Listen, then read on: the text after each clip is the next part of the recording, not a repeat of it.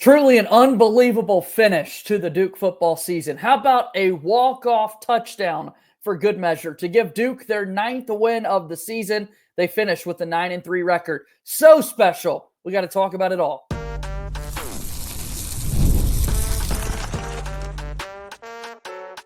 You are Locked On Blue Devils, your daily podcast on the Duke Blue Devils.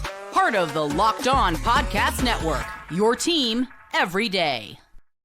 Hello, everybody, and welcome on into another episode of the Locked On Blue Devils podcast. My name is JJ Jackson. Thanks again for being here with us on Monday, December 2nd, 2024, our PM edition of Locked On Blue Devils, where we're going to dive deep into the Duke football victory over Wake Forest, a walk-off touchdown for the Blue Devils, giving them their 9th win of the season. We'll talk about the year that was for the Duke Blue Devils, what's next in the days and weeks to come, and so much more with our good friend Conor O'Neill from Devils Illustrated. If you have not done so already, please be sure to follow and subscribe to Locked On Blue Devils for free, wherever it is that you get your podcasts. Leave us a 5-star rating and written review.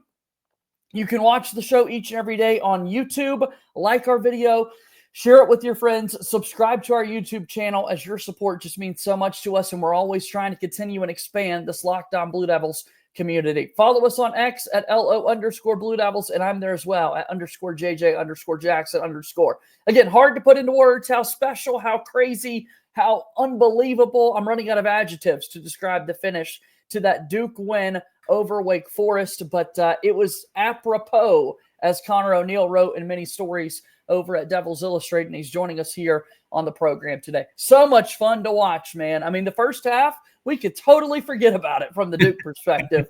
That finish is all that matters, man. Good to see you. Yeah, I mean, I always try to stray away from the whole microcosm with the last game thing, because I do think it's a little bit tired and worn out, and sometimes the shoe fits.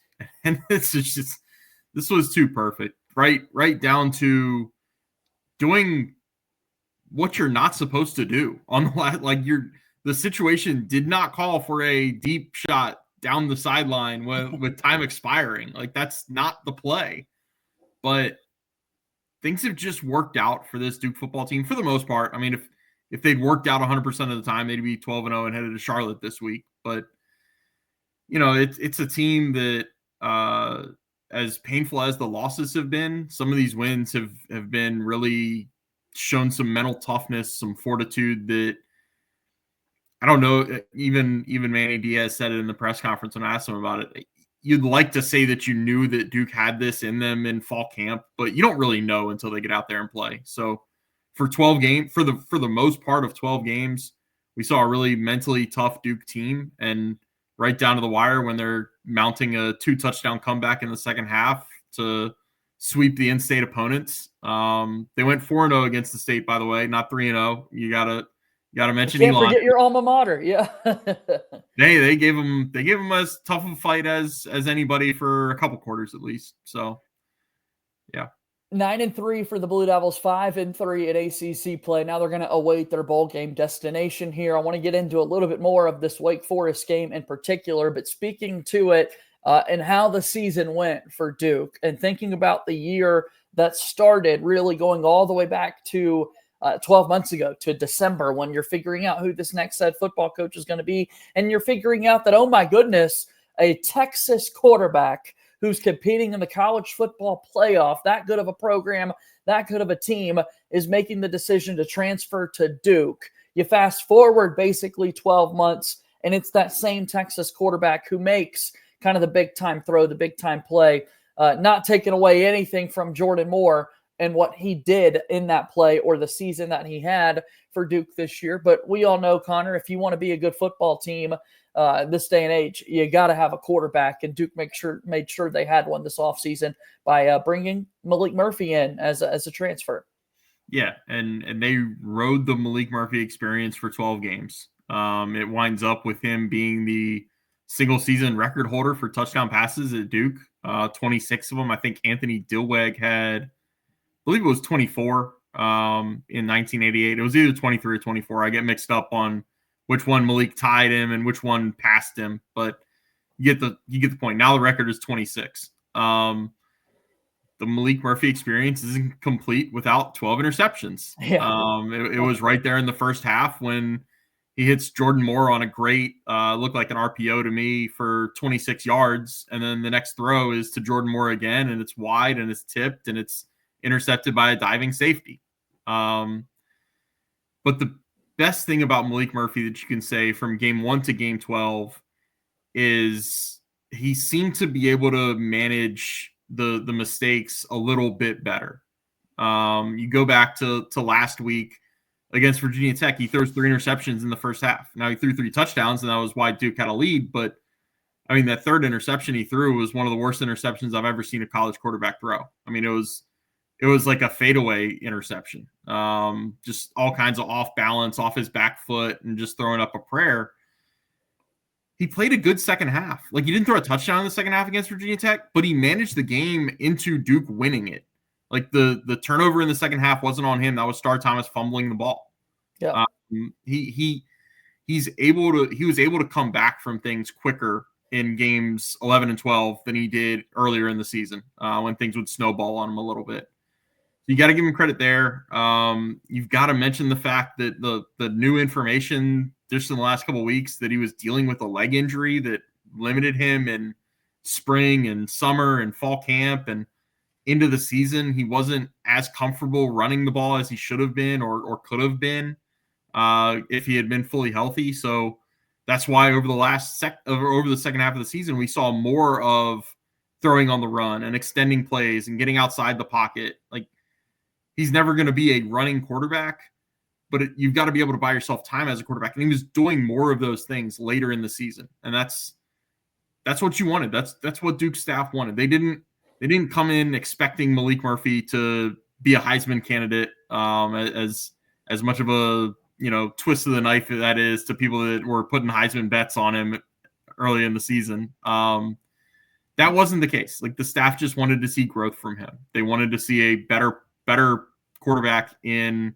week 12 or week 14, I guess, game 12, than there was in game 1, week 1. And that's what happened. What we also saw was a rushing touchdown from Malik Murphy to kind of cap off the season. We've got 2 of them. And what I loved about the second one that took place over the weekend, Conor, like, it felt legit. I'm out here. I love kind of the swag, the coolness of everything. And with all due respect to Malik Murphy, because rushing touchdowns are hard to come by for him. A few weeks ago, he's kind of tackled into the end zone. It doesn't look as athletic or anything like that. This one against Wake, he sails the fake perfectly. He's kind of able to do this cool little hurdle into the end zone as he's celebrating. I mean, man, that was a fun little finish to a great season that he had. Yeah, and you've got to figure that, I mean, when there's 11 clips of game film on you, Wake knows how often he has not kept the ball to run. Right. So right. I'd have to go back and look at the play to see if there was somebody whose responsibility should have been the quarterback and who crashed down the line thinking he wasn't going to, or if it was just a busted run fit. But, like, it does work in your favor when you've spent 11 games pretty much only making the handoff on zone reads. That's going to be available. Now, we can drive ourselves crazy with the hypotheticals of, well, maybe he should have kept it a few other times this year and Duke could have won a 10th game or should have done this or that. But that's the reality of it. And maybe he keeps the ball more often going forward now that he theoretically can get fully healthy. So it's a 9-3 finish to the regular season. It's a Duke defense who continued to step up throughout the course of the season. A wide receiver room that I was really impressed with, particularly over these last few weeks, game by game, getting better and better. And I want to talk a little bit more about that. We'll look into the box score specifically with this Wake Forest game when we continue here on Locked On Blue Devils. Locked On Blue Devils today is brought to you by our friends over at Game Time. Game Time has a new feature called Game Time Picks that makes getting tickets to see your favorite teams play live even easier. Game Time Picks filters out the fluff to show you only incredible deals on great seats so you don't have to waste time searching through thousands of tickets. Game Time Picks with their curation makes it easier to save more on sports, concert, comedy, theater events, and so much more. It's all in pricing where you can see the total upfront, no surprise fees at checkout. I love that. The seat views in the app are outstanding, where you can get a panoramic view from your seat in the app before you buy, so you know what to expect when you walk in there. It's the lowest price guarantee. Your Game Time is going to credit you 110% of the difference. Take the guesswork out of buying tickets with Game Time. Download the Game Time app, create an account, and use code LOCKEDONCollege, LOCKEDONCOLLEGE, for $20 off your first purchase. Terms apply. Once again, create an account and redeem code LOCKEDONCollege for $20 off. Download Game Time today. What time is it? It's Game Time. It's a proud sponsor of Locked On Blue Devils. All right, we continue here on the program with our pal Conor O'Neill from Devils Illustrated, also the publisher of Deacons Illustrated. So you had your hands full in this one, looking at both sides of this game being played out. But of course, we want to focus on Duke in particular. And I can't walk away from this game and not be encouraged by what we saw over the last several weeks from wide receivers on the Duke football team. Eli Pankel, massive last week. Jordan Moore's got the walk-off touchdown. Jake Taylor's becoming a factor in the passing game over the last few weeks. I mean, week by week, Conor, this thing just keeps getting better and better.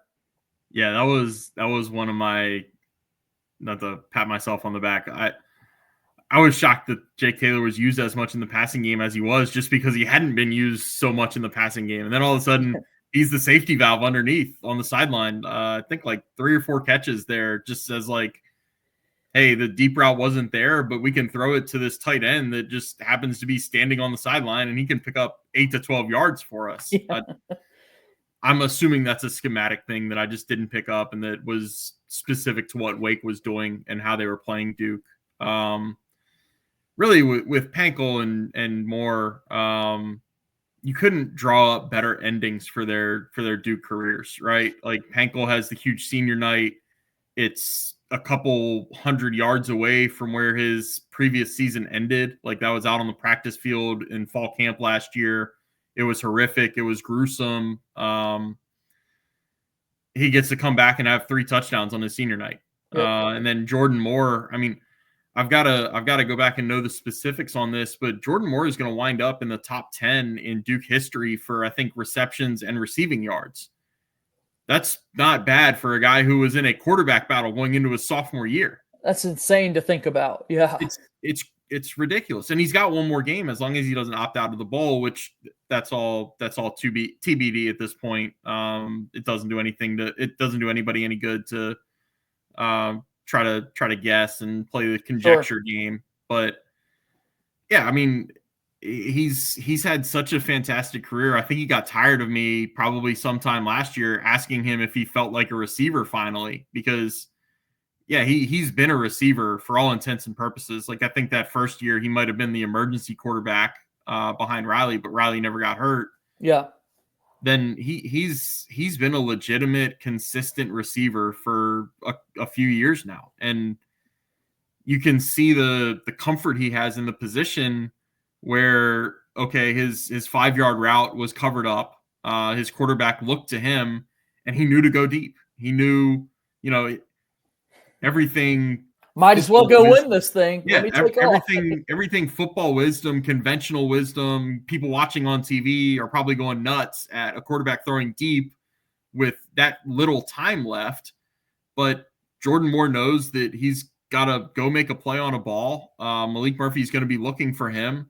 He knows that he's got to catch it, and then he's going to have a little bit left to do to get into the end zone, because if he gets tackled, they're not going to be able to call a timeout quick enough. Like, he catches it between 1 and 2 seconds, I think it is, and he's got 10 yards left. So he's getting in the end zone, or the game's going to overtime. And he just made a fantastic play. And really, it's the perfect way, even with the bowl game out there, it's the perfect way for you to remember him as a Duke receiver. Big time play for Jordan Moore to end the season and to end his career for Duke. And as you said, the bowl game obviously is something still to come for many of these players. Duke struggled to run the football for a large portion of the season, but it was good to see Jaquez Moore back out there. he had a few really big runs in one of Duke's final drives that ended up in that Malik Murphy rushing touchdown. Star Thomas found the end zone once again. Peyton Jones has had his moments throughout the course of the season. So, hopefully that this, as you kind of look at the offense as a whole, clearly running the football is something there's always room for improvement. And I think that's going to be a big question mark going into 2025. Yeah, we'll have to see what the backfield looks like. I mean, we had the story where it seemed like Jaquez Moore was going to redshirt and come back next year. You had him post on Instagram something that made it seem like he wasn't going to be back next year. We have to see how this sorts out over the next month or so with the portal opening. I think they're in a good spot with Peyton Jones. You'd like to have a second running back who's experienced and knows what it's like to be hit anywhere from 8 to 20 times by college football players. Yeah. Receiver, I mean, they're going to need help. Like they're going to need help. The strongest point right now, Duke is in a position to return every offensive lineman that started a game for them this year. Whether they do or not it's all up in the air at this point. But Brian Parker, Matt Craycraft, Justin Pickett, Caleb Krings. Now that I say that, Caleb Krings might be gone after the season. I have to do some research on. Obviously, I'm a little lacking on the research, but they've got at least the bulk of the offensive line can return, if it's not all of them. Micah Saheki redshirted this year with the intent to come back and play guard or tackle next year. They've just got a lot of guys on the makeshift offensive line that'll be able to go through an entire offseason together and should look, they should have a real spring game. And they should be going into next year a lot more experienced and a lot more cohesive, having played a year together already.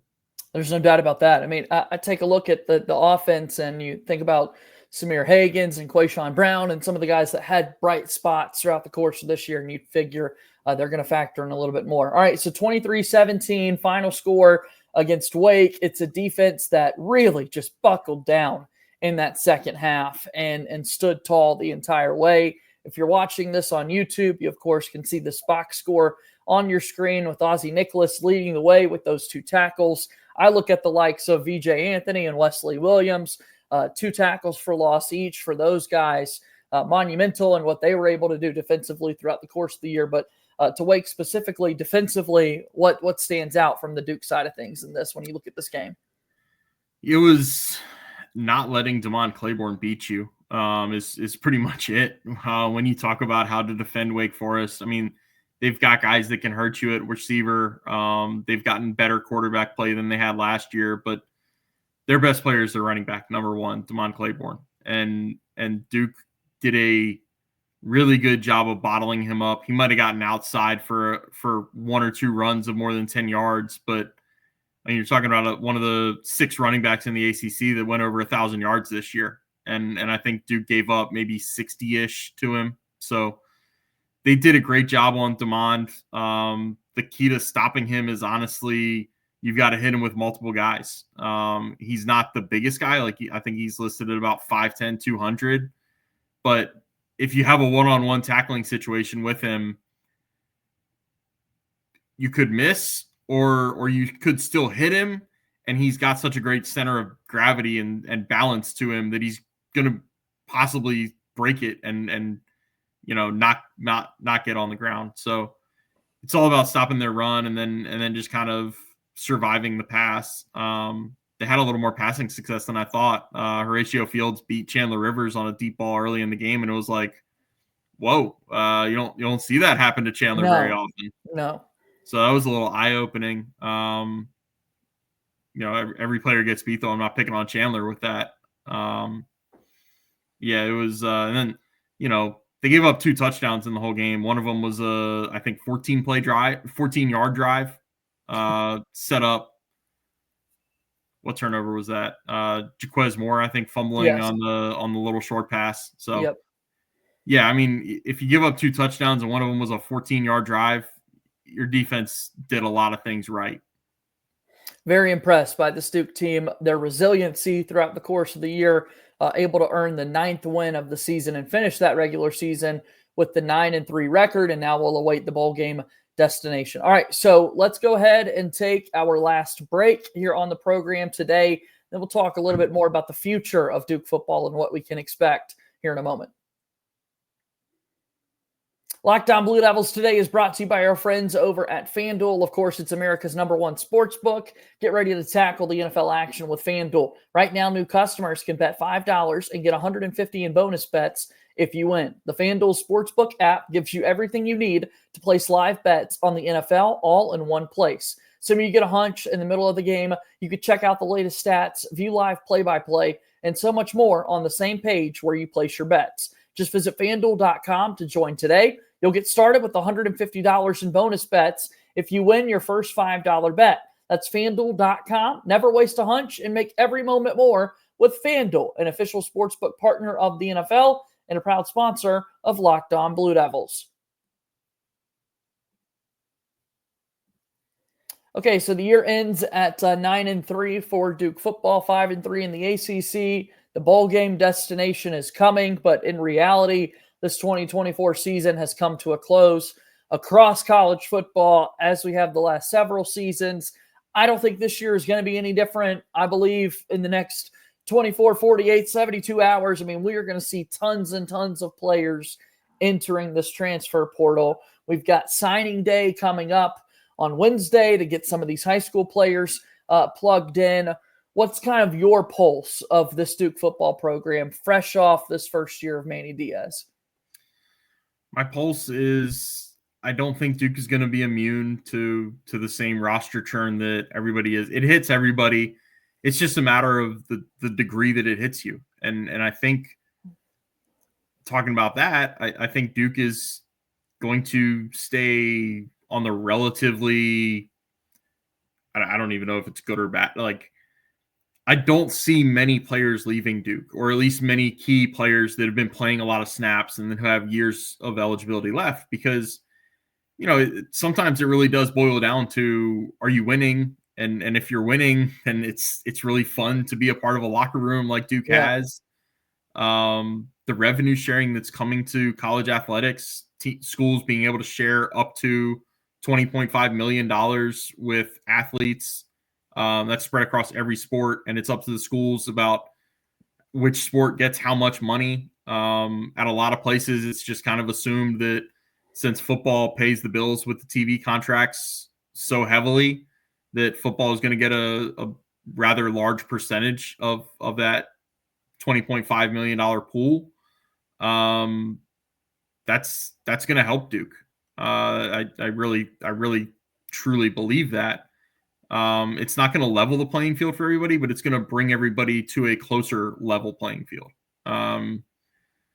So I think Duke might be able to be even more active in the portal. Of course, I say that, and Duke has had so much success. I was just talking to somebody about this yesterday. Duke has had so much success bringing in players from non-P5s and not even G5s. Like, think about all these guys that have come from the Ivy League. Ozzie Nicholas, I just voted him second team All-ACC linebacker. He was at Princeton last year. Crazy to think about, yeah. Darius Joyner was on a 1-10 Western Illinois team or something like that. Caleb Krings was at my alma mater, Elon. They're an FCS school. Like, Duke has kind of proven that you can find some players at the lower levels, and you can get them into your system. You can get them into your weight room. You can watch them just explode physically and become, if they don't enter your program as a ready-made P4 player, then they're going to get there by the time the season starts because of how good David Feely is in the weight room. So I think Duke is in a good spot. I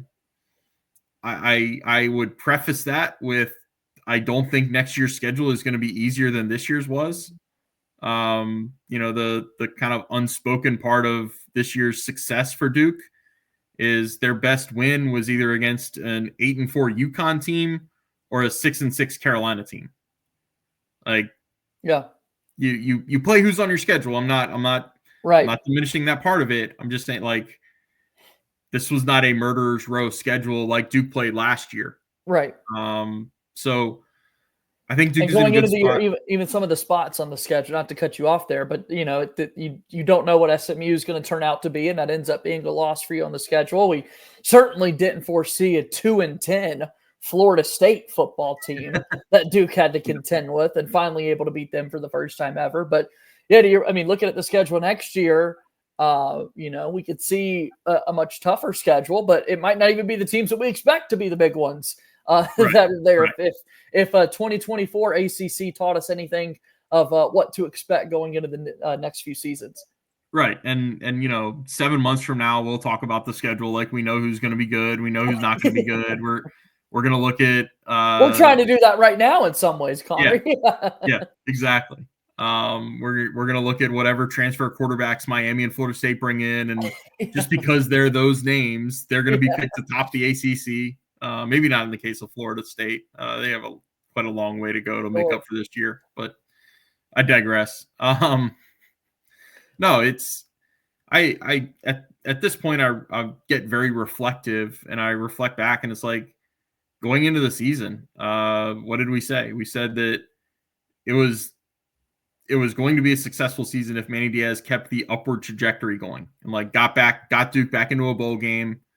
Nobody expected them to go out and win 9 games in the way that they have. And yeah, you can knock them for the schedule they played. I just kind of did, but winning 9 games and keeping this program moving forward in the direction that they had established the last 2 years, I mean, that's all you could ask for and more. And just the third time since 1941 that Duke has had 9 regular season wins in a season. I mean, in some ways, Manny Diaz is setting that bar pretty high up here. And now is the fun part. What can you do to kind of build off that? Well, Conor, the time has been so greatly appreciated. Always fun talking football with you. Many more basketball conversations in the days and weeks to come, I'm sure. But a great football season for sure for the Duke team in particular. Tell us about Devils Illustrated and how people can best support you. Yeah, Devils Illustrated is duke.rivals.com. If you head there today, on Monday, we're running a Black Friday sale that is 75% off your first year of membership. So it amounts to $2 and change per month. I would suggest getting in there. You just got to use the promo code Rivals24. We'll have great coverage all year. What a Cyber Monday deal over there. Yeah. Yeah, I love that. That's awesome. I like how Cyber Monday now starts on Black Friday because everybody's just so accustomed to doing Black Friday, whether you go to stores and are in that 3 a.m. stampede, or if you just sit on a computer, sit at home at 9 a.m. and sip some coffee and do a lot of online shopping. So we at Rivals, whether this was intentional or not, I think it was, we tied the deal to start on Black Friday and go through Cyber Monday. Here we are. I love it. Well, Conor, thanks for the time, man. We'll do this again soon, okay? Thanks, JJ. All right, that's Conor O'Neill joining us here on today's show. Really fun chat to talk about the Duke football team and a 9-3 finish to the regular season. Getting set for a big basketball game coming up on Wednesday between Duke and Auburn. We'll have plenty of more thoughts and coverage leading up to that one right here on Locked On Blue Devils. Follow us on X at LO_Blue Devils and be sure to subscribe to our YouTube feed. As always, go Duke. I'll talk to you tomorrow. My name is JJ Jackson. Thank you and good day.